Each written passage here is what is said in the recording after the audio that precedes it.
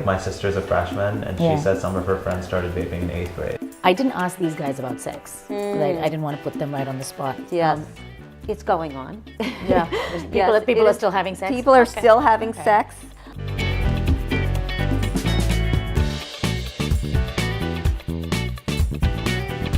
I think vaping culture is an issue, and it's starting to, for kids who go to our high schools and who go to K-8 schools around the Bay Area, it's starting at a younger age. Yeah. Like my sister's a freshman, and she said some of her friends started vaping in 8th grade. Have you heard of a Juul, the nicotine, e-cig? That's horrible. That's probably the most addictive thing out there right now. Like people will just leave class and go to the bathroom and vape. And are schools talking about it? Like, is there a conversation? Are there consequences? Some schools, they sent out an email a few months ago to parents just telling them, and then they threatened some stuff, but I haven't heard of consequences. Yeah. I think at our school, like, the more of the consequences are, like, towards parties. And, like, I remember when, like, maybe 2 years ago, the head of school sent an email out saying if there's someone having a party and there's alcohol being served and the parents are aware of it, there's, like, serious consequences. Our kids are going to be trying things just like we tried cigarettes, we tried marijuana. It all comes down to communication and attunement. And again, there's something so important about almost like making them the experts. Yeah. So that's something I would really say is a takeaway that I've learned from working with kids and my own experience of having kids, is that if we come down on them as like, we know better, they are just going to shut down. Yeah. But if we say, tell us, help me understand, tell me more, I want to know what's it like out there, then they can feel like you're curious, you're interested, you and you're want not to be. judging. You're not judging. Yeah. Try to come without judgment, come with curiosity. Let's say if you have a parent that's a smoker, that are exposed to stuff, are they more likely to abuse it, or are they less likely to abuse it? Because there is a little bit of, I know parents on both sides of the spectrum who are like, we don't want our children to know that we drink, or we don't want our children to see us partying because then they'll think that that's okay. Yeah. Whereas I'm like, but it is okay. Right. And And we're we're adults. moderation. Exactly. Yeah. I don't think we have to change our lifestyle, assuming we're not in any kind of addictive patterns that need to be evaluated or assessed. I think we have to be who we are, and know we're role models. I didn't ask these guys about sex. I didn't want to put them right on the spot. Yes. It's going on. Yeah. People are still having sex? People are still having sex. Make sure, that you are talking to your kids about sex early on, and that you're not just talking about, a lot of parents just like, don't do it. But like talking about the enjoyment of sex. Yeah, that's what I've heard a lot. Especially for girls. Yeah. So that they know what they're entering into. Consent, in the Me Too generation, we want to talk about consent. Yeah. What does that look like? What will that feel like? Yeah. How can girls communicate when they actually want to and when they don't want to? Yeah. Like oral sex, and where a girl is giving a boy a blowjob. Yeah. That's like the new makeout. This is happening earlier. That was like base 5. Right? It wasn't even in the bases, right? It wasn't mine. The pressure to do this, everybody's doing it. Yeah. Or they use guilt.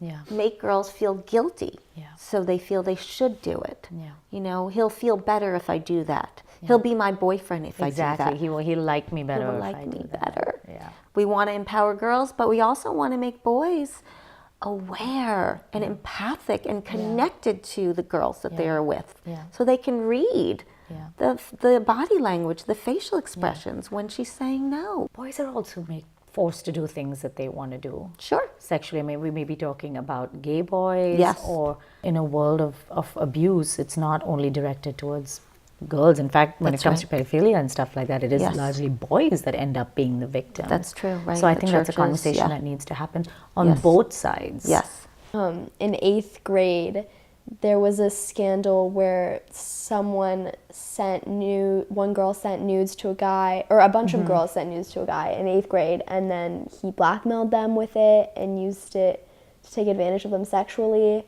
And a lot of people weren't that surprised. which is scary. Yeah. But thankfully he got caught. He's in jail. This sounds like CNN from last week. I know, right? it's terrifying. This is like Congress. Yeah. There are definitely smaller acts like that are happening, and I know that nudes are a thing right now. Yeah.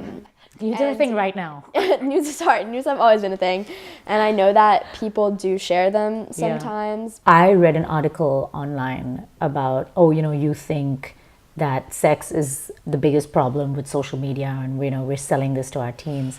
The bigger issue is even scarier. It's stuff like self-harming and suicide. Yeah. So self-destructive behavior, suicide attempts. I mean, I guess they're all on this kind of continuum. Yeah.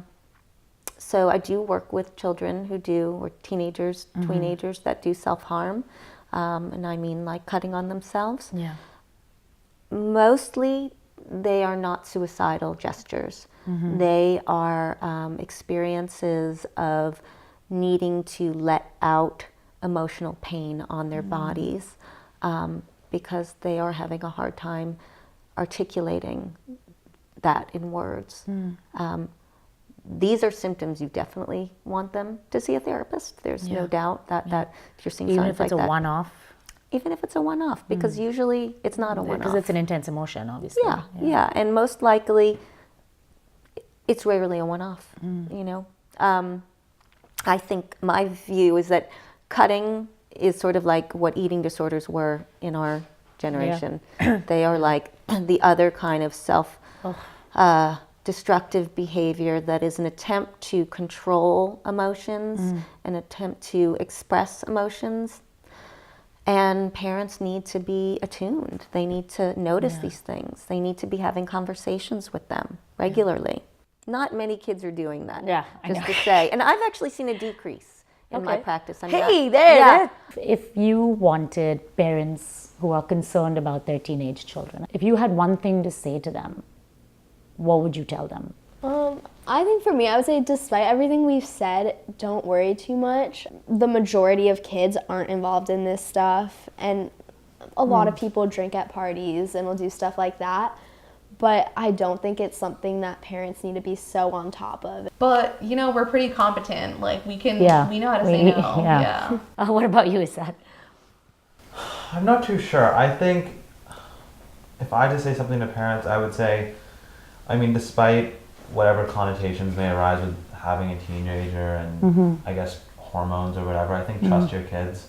Your kids, like Alysha just said, kids are competent, and of course, it's just inevitable that kids every once in a while will do something stupid. Yeah. But so all adults. Yeah, exactly. It's everybody. So I think trust your kid, and I think that'll go a long way. Let's give parents some hope. Yeah. So I love when all three of these kids were like, you know what? The kids are okay. Trust us. We're going to be fine. The extreme stuff is extreme. What are just one or two things you would say to parents to comfort them or to just to give them hope that everything's going to be okay? Yeah. One of the things that I like to ask parents to do is go back to your own adolescence. What do you remember? What was that like for you? And would you have wanted your parents to intervene more? Would you have wanted more of their interest? Would you have wanted more distance, more space? And try to really dig into that experience. I think it can be a very helpful guiding principle. Yeah. And know your kid. This is Kaamna from KaamnaLive, and this is your destination for BS-free conversations about all the things you care about.